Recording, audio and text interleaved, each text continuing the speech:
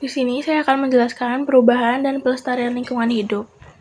Selanjutnya itu ada lingkungan hidup dan pencemaran. Yang pertama itu, lingkungan hidup merupakan kesatuan ruangan yang mempengaruhi keseluruhan dan kesejahteraan manusia beserta makhluk hidup lainnya. Yang kedua itu, pencemaran adalah merusaknya beberapa komponen ke dalam lingkungan hidup yang menyebabkan lingkungan tidak berfungsi sesuai peruntukannya. Yang terakhir itu, bahan penyebab pencemaran tersebut adalah polutan. Yang selanjutnya itu ada macam-macam pencemaran. Yang pertama, pencemaran udara. Atmosfer bumi tersusun dari 78% gas nitrogen, 21% gas oksigen, dan 0,93% gas argon, 0,032% gas karbon dioksida, dan sejumlah kecil gas-gas lainnya.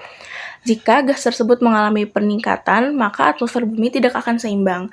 Selanjutnya, zat yang dapat menyebabkan pencemaran yang pertama, karbon monoksida, yang kedua nitrogen oksida, yang ketiga klorofluorokarbon dan halon, yang keempat ozon, yang kelima gas rumah kaca, yang terakhir belerang. Selanjutnya ada pencemaran air. Pencemaran air adalah masuknya zat ke dalam air yang menyebabkan kualitas air menurut ketingkatan tertentu. Penguji air yang tercemar dapat dilakukan dengan yang pertama, parameter fisik, yang kedua parameter kimia, yang ketiga parameter biologi. Selanjutnya penyebab pencemaran air. Yang pertama itu ada domestik, yang kedua itu limbah industri, yang ketiga limbah pertanian, dan yang keempat itu pertambangan. Pencemaran tanah itu menyebabkan pohon tumbang, menyebabkan tanah tercemar, tanah sudah mulai terkikis, dan yang terakhir itu tanah yang telah tercemar. Yang selanjutnya itu pencemaran suara. Pencemaran suara adalah suara yang tidak diinginkan, mengganggu, dan merusak pendengaran manusia.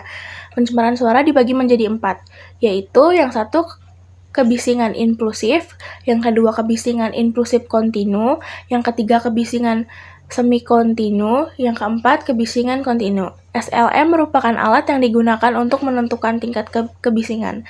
Kebisingan adalah suara yang terfrekuensi di atas 80 dB.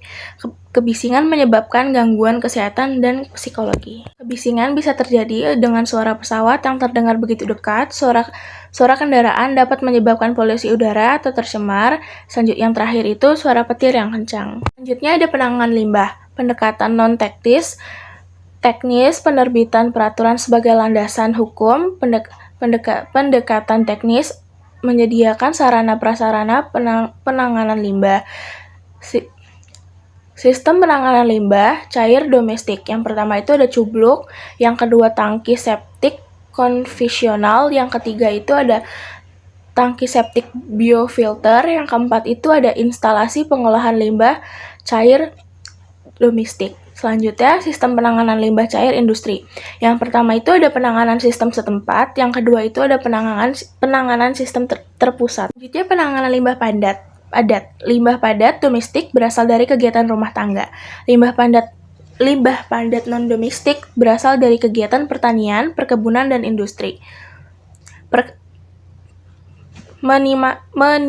Menimalikan limbah padat dilakukan dengan satu reuse, yang kedua replacement, yang ketiga recovery, yang keempat itu ada repair, dan yang kelima itu ada reduksi, yang keenam itu ada resell. Penanganan limbah padat. Cara penanganan limbah padat yang pertama itu penimbunan tanah atau landfill, yang kedua itu penimbunan limbah padat dengan tanah secara berlapis atau sanitary landfill, yang ketiga itu pembakaran, yang keempat penghancuran, yang kelima pengomposan, yang keenam itu pemanfaatan sebagai makanan ternak. Penanganan limbah gas. Limbah gas dapat berupa gas, embun, uap, kebukaan awan, debu, dan asap. Cara menangani limbah gas itu yang pertama filter udara, yang kedua itu mengendap siklon, yang ketiga itu filter basah, yang keempat mengendap sistem gravitasi, yang kelima itu mengendap elektrostatik. Penanganan limbah basah berbahaya dan beracun, memiliki karakteristik mudah meledak, mudah membakar, bersifat reaktif, dan korosif, beracun. Selanjutnya, limbah B3 berasal dari industri, kegiatan rumah sakit, rumah tangga, pertanian. Yang ketiga itu cara pengelolaan limbah B3. Yang pertama, melakukan reduksi, pengolahan, dan menimbun limbah B3. Yang kedua itu mengolah limbah B3 sesuai dengan teknologi yang ada. Yang terakhir itu memiliki izin pengolahan limbah B3 sesuai jenis pengolahannya. Sekian video pembelajaran yang bisa saya sampaikan. Wassalamualaikum warahmatullahi wabarakatuh.